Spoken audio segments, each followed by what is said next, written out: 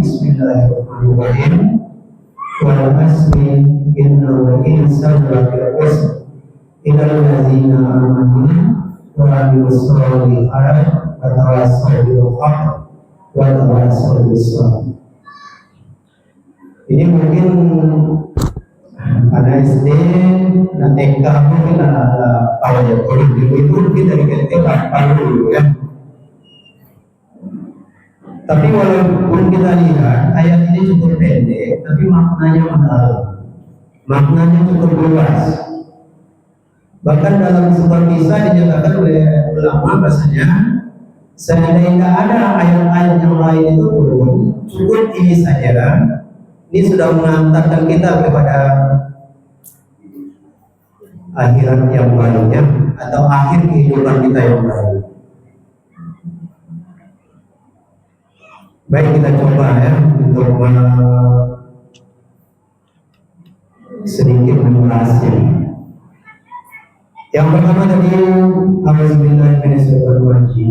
Ini semua kita sudah tahu ya. Tapi mungkin tahun itu ya yakin kita, tapi mungkin keyakinan itu bukan hakul yakin ya. Kita yakin bahwasanya syaitan itu dalam musuh kita, itu kita beriman kepada syaitan, kepada aku beriman kepada dan syaitan yang tak buruk ya. Kita sudah nyatakan itu. Setiap kali kita baca Al-Quran kita baca. Cuma mungkin yakin itu kita ya saya yakin saja mungkin ya. Nah, sehingga kita tidak menganggap syaitan itu adalah musuh kita yang nyata sebetulnya. Sudah disampaikan oleh Allah dalam Al-Quran bahasanya syaitan dulu yang menggoda Nabi Adam untuk berbuat mengatakan kodi itu, sampai sekarang masih hidup. Dia sudah berikrar bahasanya dia akan menyesatkan kita sampai akhir zaman. Dia memberikan usia panjang oleh Allah sampai akhir zaman juga. Itu dia akan berjanji kepada Allah bahasanya akan menyesatkan kita ya. Jadi untuk itu banyak-banyaklah kita harusnya, kalau bisa kita jadikan juga semacam zikir kita ya. Aku berlindung berkorban dari godaan setan yang terkutuk. Karena setan ini sudah itu kerjanya. Dokter mana dalam bidang ilmu mungkin dokter ilmu setan juga ya. Buya mana dalam kehidupan dunia dan kehidupan ini yang mungkin dia sejenis tinggi pula tingkatan syaitan yang akan menggoda. Jadi ya kami di sini mengingatkan kita bahwasanya syaitan adalah musuh yang nyata. Harus kita yakin itu. Yakin kita harus yakin seyakin-yakinnya. Bahkan kalau yakin yang semana yakin itu. Umpamanya begini Bapak Ibu.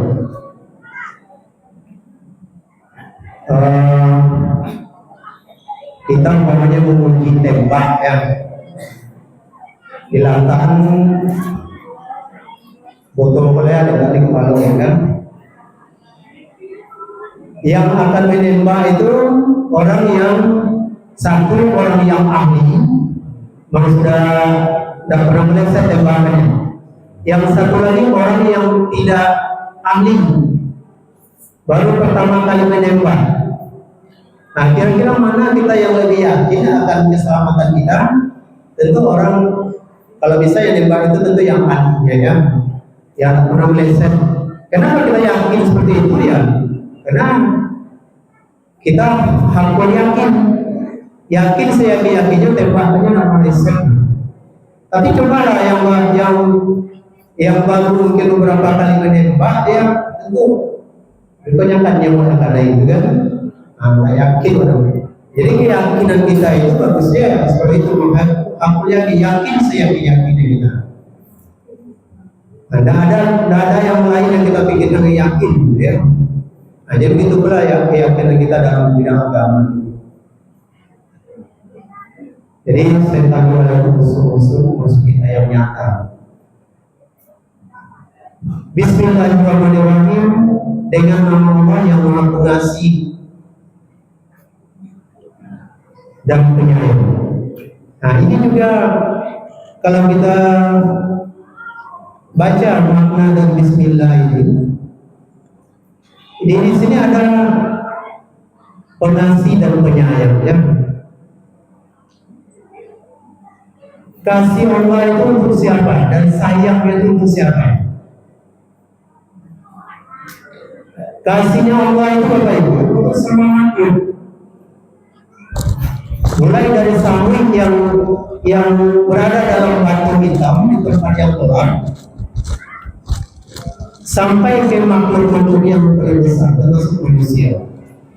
Untuk itulah kasih Allah. Jadi kalau kita manusia, ya semuanya dikasih, asalkan dia bernyawa dan mau berusaha, ya dikasih oleh Allah Subhanahu wa Ta'ala. Ya tentu usaha penting, ya. Tidak bisa kita berdoa aja mengharapkan kasih Allah semuanya, usaha tetap. Sama juga dengan itu yang kita anggap rezeki itu kan. Rezeki itu kan perlu usahakan, perlu dijemput, ya. Kalau udah usahakan datang juga mulai lewat orangnya, ya. Contoh aja bang, awak kehausan, hampir mati lagi, tapi wadah bisa usaha menyangkaunya. Lain misalnya bagi pemantauan. Nah, makanya rezeki semuanya itu harus diusahakan. Nah, boleh kita berdoa saja datang rezeki dari Allah dan seperti itu, ya. Sejauh mana usaha kita, ya itulah rezeki itu nanti. Ya, jadi itu ya. Kasih Allah itu untuk semua makhluk, sedangkan sayangnya Allah itulah nantinya akan kita peroleh dari hasil usaha kita di dunia ini. Saya berdoa beribadah, saya berdoa mengabdi kepada Allah sebagai hamba-Nya. Nah, itulah nanti akan memperoleh kasihnya Allah Subhanahu wa Ta'ala.